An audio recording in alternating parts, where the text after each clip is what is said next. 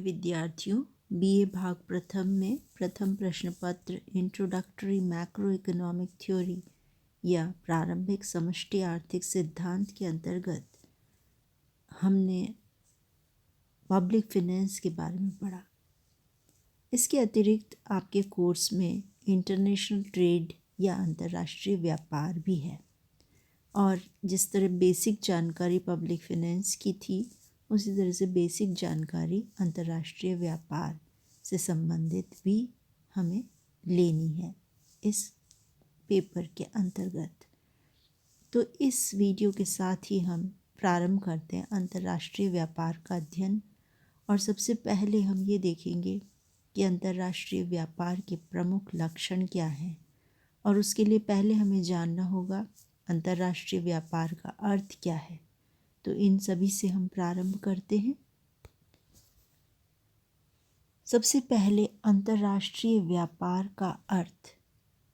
जैसा आप जानते हैं व्यापार की शुरुआत कब हुई थी? आदिम मानव जो था उसकी तो आवश्यकताएं बहुत सीमित थी और स्वयं ही अपनी आवश्यकताओं की पूर्ति कर लिया करता था। पर धीरे धीरे समाज का विकास होता चला गया और मानवीय आवश्यकताएं भी बढ़ती चली गई। अब स्वयं के उत्पादन से सभी आवश्यकताओं की पूर्ति करना असंभव होने लगा। उस समय अनेक प्रकार की वस्तुएं बनाने के लिए न तो समय था, न ज्ञान था, न कौशल था हर व्यक्ति के पास। तो ऐसी स्थिति में उसका इस ओर ध्यान गया कि क्यों न वह किसी एक ही वस्तु का उत्पादन करे तो अधिक उत्पादन कर सकता है और अपनी आवश्यकता की वस्तुएं अन्य लोग उत्पादित कर रहे हैं उनसे ले सकता है। इस प्रकार से विशिष्टीकरण का प्रारंभ हुआ और विशिष्टीकरण के द्वारा मनुष्य एक ही वस्तु का उत्पादन करने लगा और अदला बदली करने लगा अपनी आवश्यकताओं की वस्तुओं की, जिसे हम कहते हैं वस्तु विनिमय। तो शुरू में क्या व्यवस्था थी व्यापार की? वस्तु विनिमय के द्वारा व्यापार होता था। बहुत ही प्रारंभिक अवस्था थी। मुद्रा का प्रयोग नहीं होता था। मुद्रा का आविष्कार हुआ तो मुद्रा के माध्यम से विनिमय किया जाने लगा और मौद्रिक अर्थव्यवस्था कहलाई। इस प्रकार की व्यवस्था को हमने मौद्रिक अर्थव्यवस्था कहा और इसने लेन देन को बहुत ही सुविधाजनक बना दिया। तो हम अंतर्राष्ट्रीय व्यापार का जब अर्थ समझना चाहते हैं तो पहले भली भांति व्यापार का अर्थ समझ लें। इसको संकुचित रूप में भी समझा जा सकता है और विस्तृत अर्थ में भी समझा जा सकता है। पहले हम देखते हैं संकुचित रूप में व्यापार का क्या अर्थ है। संकुचित रूप में विभिन्न व्यक्तियों अथवा व्यक्ति समूहों के बीच लाभ प्राप्ति के उद्देश्य से किया गया वस्तुओं का विनिमय व्यापार कहलाता है। और विस्तृत अर्थ में व्यापार के अंतर्गत उन समस्त आर्थिक क्रियाएं, ये अंतर देखेंगे आप यहाँ पे। पहले संकुचित रूप में था वस्तुओं का विनिमय और यहाँ पे समस्त आर्थिक क्रियाओं को सम्मिलित किया जाता है जिनका संबंध उत्पादित वस्तुओं के वितरण से होता है। मतलब प्रत्येक जो वितरण हो रहा है वो व्यापार के अंतर्गत आ रहा है। तो इस तरह से विस्तृत अर्थ में व्यापार का यह अर्थ बताया गया है। अब हम देख सकते हैं अंतर्राष्ट्रीय व्यापार का क्या अर्थ है और इसको जानने के लिए हमें अंतर करना होगा अंतर क्षेत्रीय व्यापार और अंतर्राष्ट्रीय या विदेशी व्यापार के बीच में। तो हम कह सकते हैं कि किसी भी देश के व्यापार को दो भागों में बांटा जा सकता है। पहला है आंतरिक अथवा अंतर क्षेत्रीय व्यापार, इंटरनल और इंटर रीजनल ट्रेड,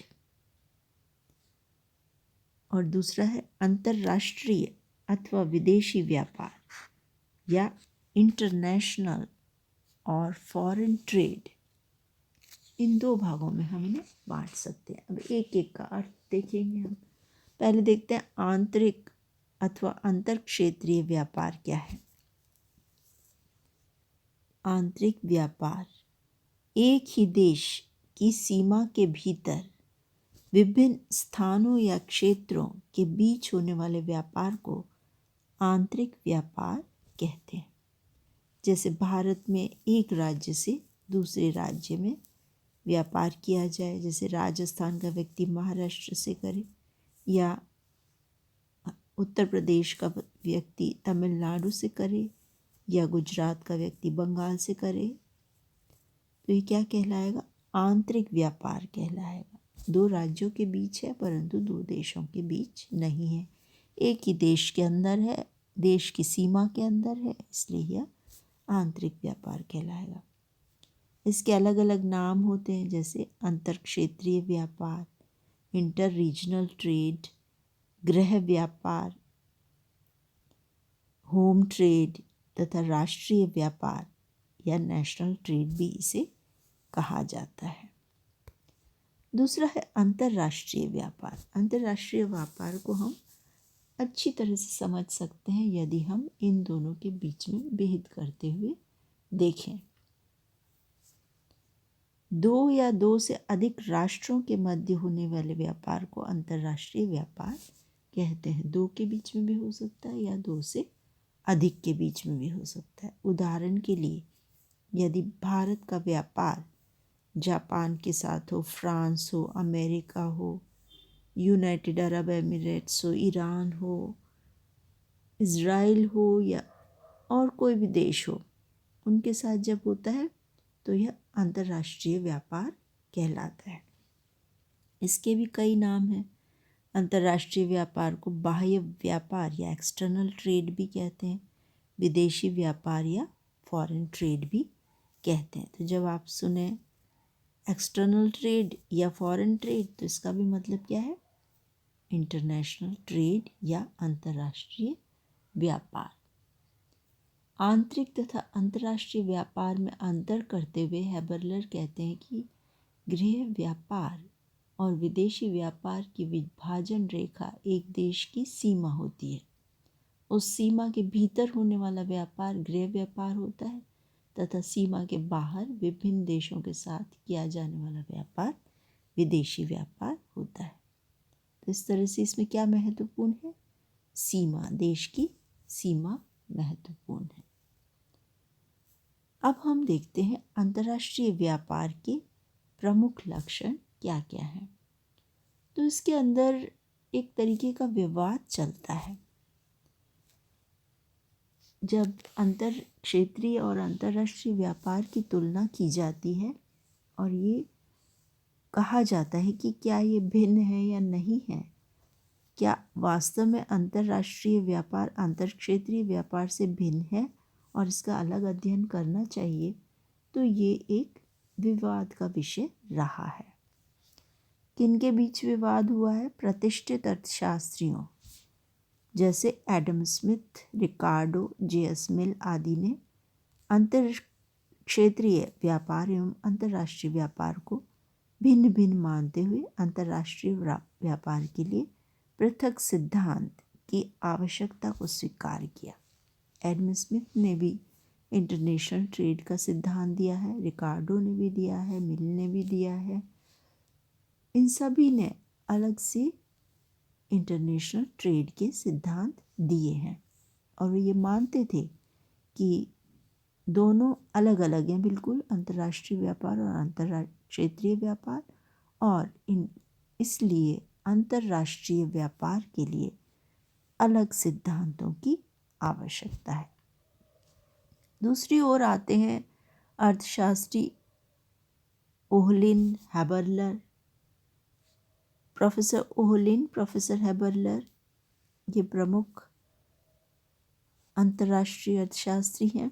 इन्होंने तर्क प्रस्तुत किया है कि इन दोनों प्रकार के व्यापारों के बीच विभाजक रेखा खींचना संभव नहीं है।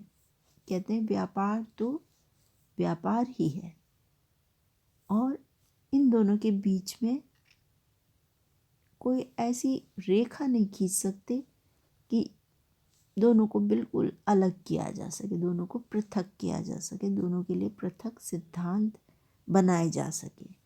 ओहलिन के शब्द यदि हम देखें तो वे कहते हैं अंतर्राष्ट्रीय व्यापार अंतर क्षेत्रीय व्यापार की एक विशिष्ट दशा है। जैसे अंतर क्षेत्रीय व्यापार होता है, एक ही देश की सीमा के अंदर व्यापार होता है,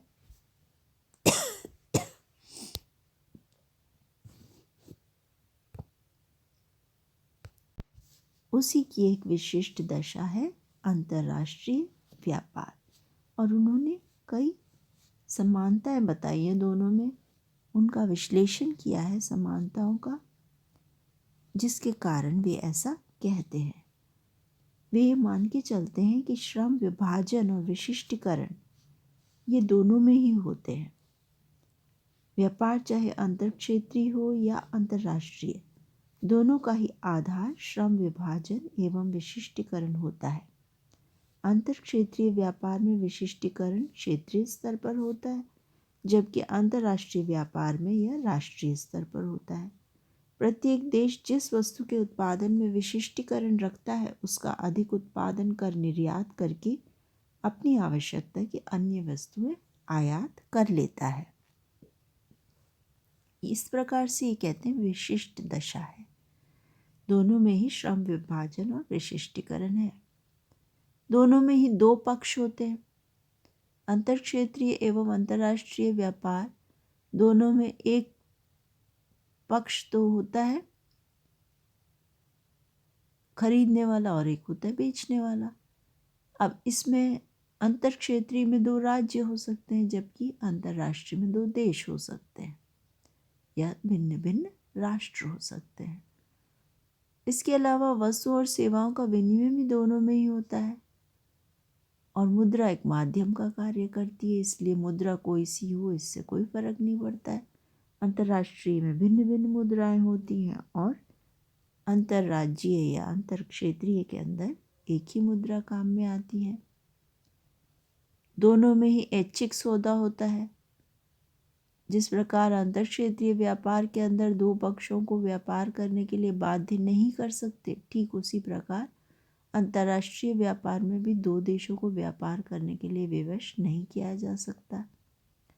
उद्देश्य मात्र लाभ अर्जित करने का होता है। दोनों ही प्रकार के व्यापार का मुख्य उद्देश्य क्या होता है? अधिकतम लाभ प्राप्त करना। तो वो वस्तु और सेवाओं के विनिमय के द्वारा अधिकतम लाभ प्राप्त करना चाहते हैं। है तो ट्रेड ही, है तो विनिमय ही, है तो व्यापार ही। और दोनों ही चाहते हैं कि दोनों में ही चाहते हैं कि अधिकतम लाभ प्राप्त हो।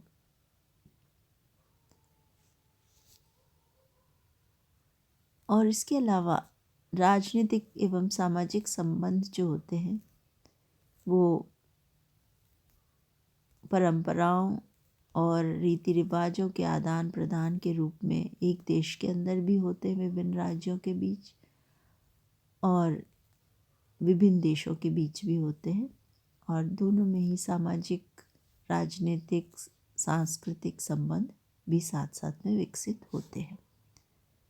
तो इस प्रकार से ये हेबरलर, ओलिन, इस प्रकार के विचार रखने वाले अर्थशास्त्री जो ये मान के चलते हैं कि व्यापार तो व्यापार है और अंतर क्षेत्रीय व्यापार जिस तरह से है वैसे के वैसे ही अंतर्राष्ट्रीय व्यापार है, चाहे उसमें श्रम विभाजन, विशिष्टीकरण हो, दो पक्ष हों, वस्तुओं और सेवाओं का विनिमय हो, अपनी इच्छा से सौदे हों, लाभ अर्जित करने का उद्देश्य हो और आपस में संबंध विकसित हो, सामाजिक, राजनीतिक।